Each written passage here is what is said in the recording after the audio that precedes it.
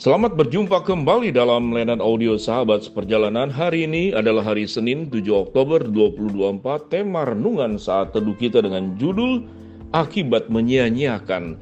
Firman Tuhan terambil dalam Ibrani pasal 2 ayat yang ketiga sampai dengan keempat.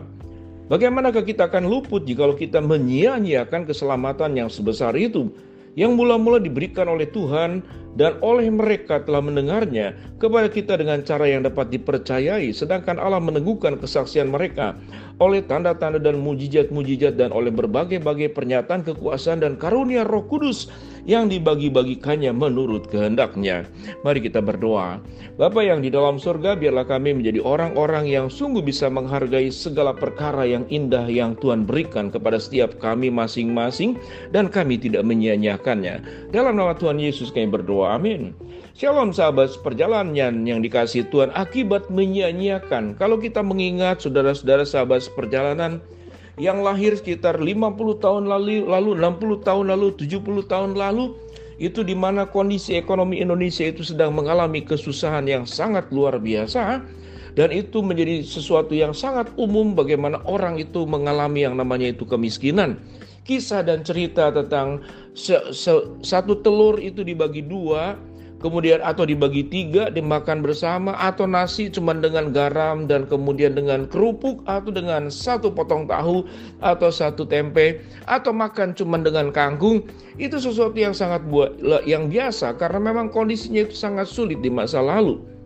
Pada saat ekonomi Indonesia yang sangat terpuruk dan dunia pun mengalami resesi yang luar biasa, maka kita mendapatkan sebuah katakanlah nasihat dari orang tua. Kalau makan harus habis, jangan ada satu butir pun nasi yang tertinggal, nanti nasinya bisa menangis. Tentu kata menangis itu bukan berarti benar-benar nasi itu bisa menangis, tapi artinya sedemikian berat dan sulitnya ekonomi pada waktu itu, sampai sebutir nasi pun begitu berharga. Sebutir nasi pun adalah sebuah perjuangan orang tua. Bagaimana antara pengeluaran dan pemasukan itu tidak berimbang, selalu pengeluaran lebih banyak daripada pemasukan.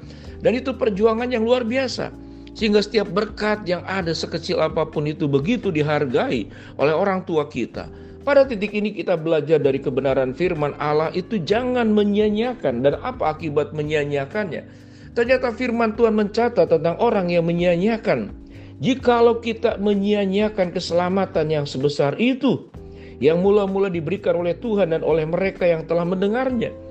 Di sini adalah konteksnya adalah berkat dalam keselamatan dalam Kristus Yesus yang disia-siakan. Ada orang yang sudah mendengar firman lalu kemudian dia melupakannya. Sama seperti orang yang dikatakan seperti tanah yang berbatu-batu, di semak berduri, di tanah di pinggir jalan, yang hanya tumbuh sebentar, disia-siakan, lalu hilang sedemikian rupa. Disia-siakan. Keselamatan yang sedemikian luar biasa, itu keselamatan yang sangat khusus, anugerah khusus yang diberikan oleh Allah dalam Kristus Yesus. Bersyukur sahabat seperjalanan yang sudah menerima Kristus sebagai juru selamat dalam hidup Anda. Itu artinya kita tidak menyia-nyiakan tentang keselamatan yang diberitakan, yang melalui Kristus yang sudah lahir, mati, bangkit, dan akan datang yang kedua kali. Tapi ada banyak aspek yang kita sia-siakan dalam hidup, waktu yang kita sia-siakan, nasihat-nasihat, masukan-masukan dari orang yang berhikmat, dari orang tua kita, dari guru, dari dosen, lewat berbagai macam peristiwa pengalaman hidup, terkadang itu juga menjadi guru buat kita.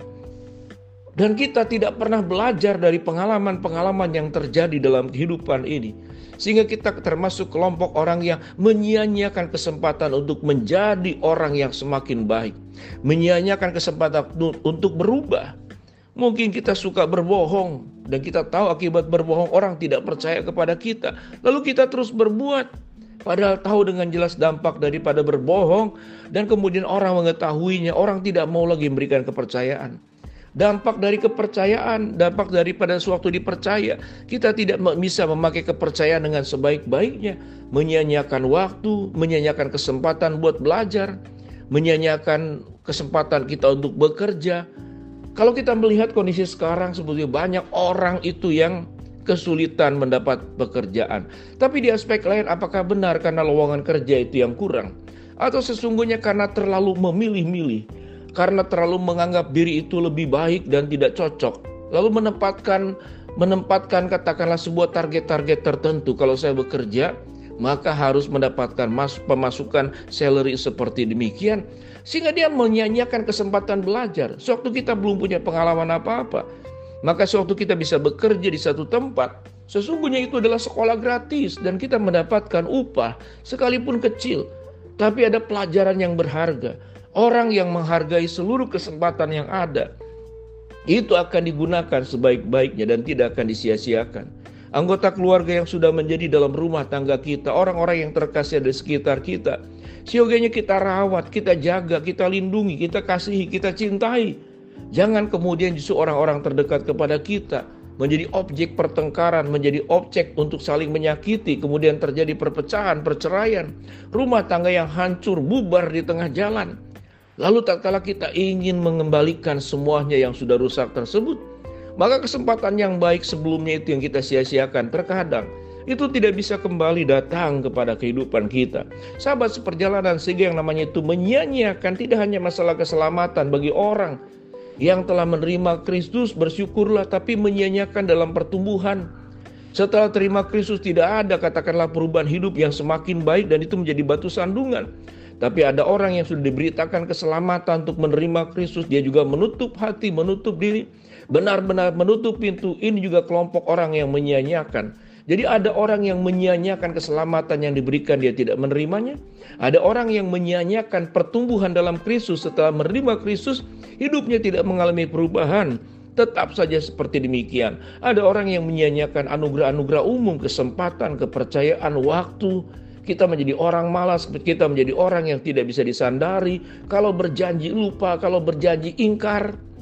Kalau diberi kepercayaan itu tidak melaksanakan dengan semestinya. Kalau dititipkan sesuatu yang dititipkan bukan dijaga dengan baik, malah hilang. Kalau ada orang yang baik, bukan kemudian kita bersyukur memakai kebaikannya supaya itu menjadi semakin maju.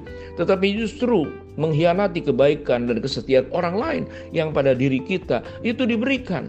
Sahabat seperjalanan, ada banyak aspek dalam hidup kita menyia-nyiakan banyak perkara-perkara yang indah. Akibatnya apa? Dampaknya apa? Dampaknya kita akan ditinggalkan, kita tidak dipercaya, kita tidak akan mengalami kemajuan. Yang ada di depan kita bukanlah tangga untuk menuju ke atas, tetapi lembah yang menuju kepada kehancuran.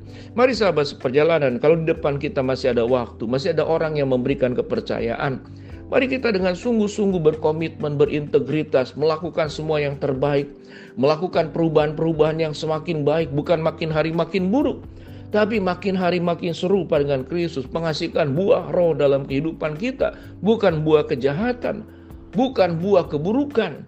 Mari sahabat seperjalanan, jangan menyia-nyiakan segala perkara yang indah dalam hidup kita. Karena akibat dan dampak dari menyia-nyiakan keburukan-keburukan yang akan datang kepada kita. Tapi sewaktu kita memakai kesempatan yang ada dengan baik, maka kebaikan-kebaikan juga yang akan hadir dalam kehidupan kita. Mari kita berdoa. Bapa dalam surga, terima kasih buat kebenaran firman Allah agar kami tidak menyia-nyiakan semua anugerah terbaik yang ada dalam hidup kami, dan kami belajar hidup terus menjadi semakin baik di hadapan Tuhan. Hamba-Mu berdoa buat sahabat seperjalanan yang sakit, Tuhan jamah sembuhkan. Sahabat seperjalanan yang sedang menghadapi masalah, Tuhan bukakan jalan. Sahabat seperjalanan yang sedang berdoa mengharapkan sesuatu, Tuhan kabulkan dengan cara dan waktu Tuhan yang terbaik. Dalam nama Tuhan Yesus kami berdoa, amin. Shalom, Tuhan memberkati kita semua.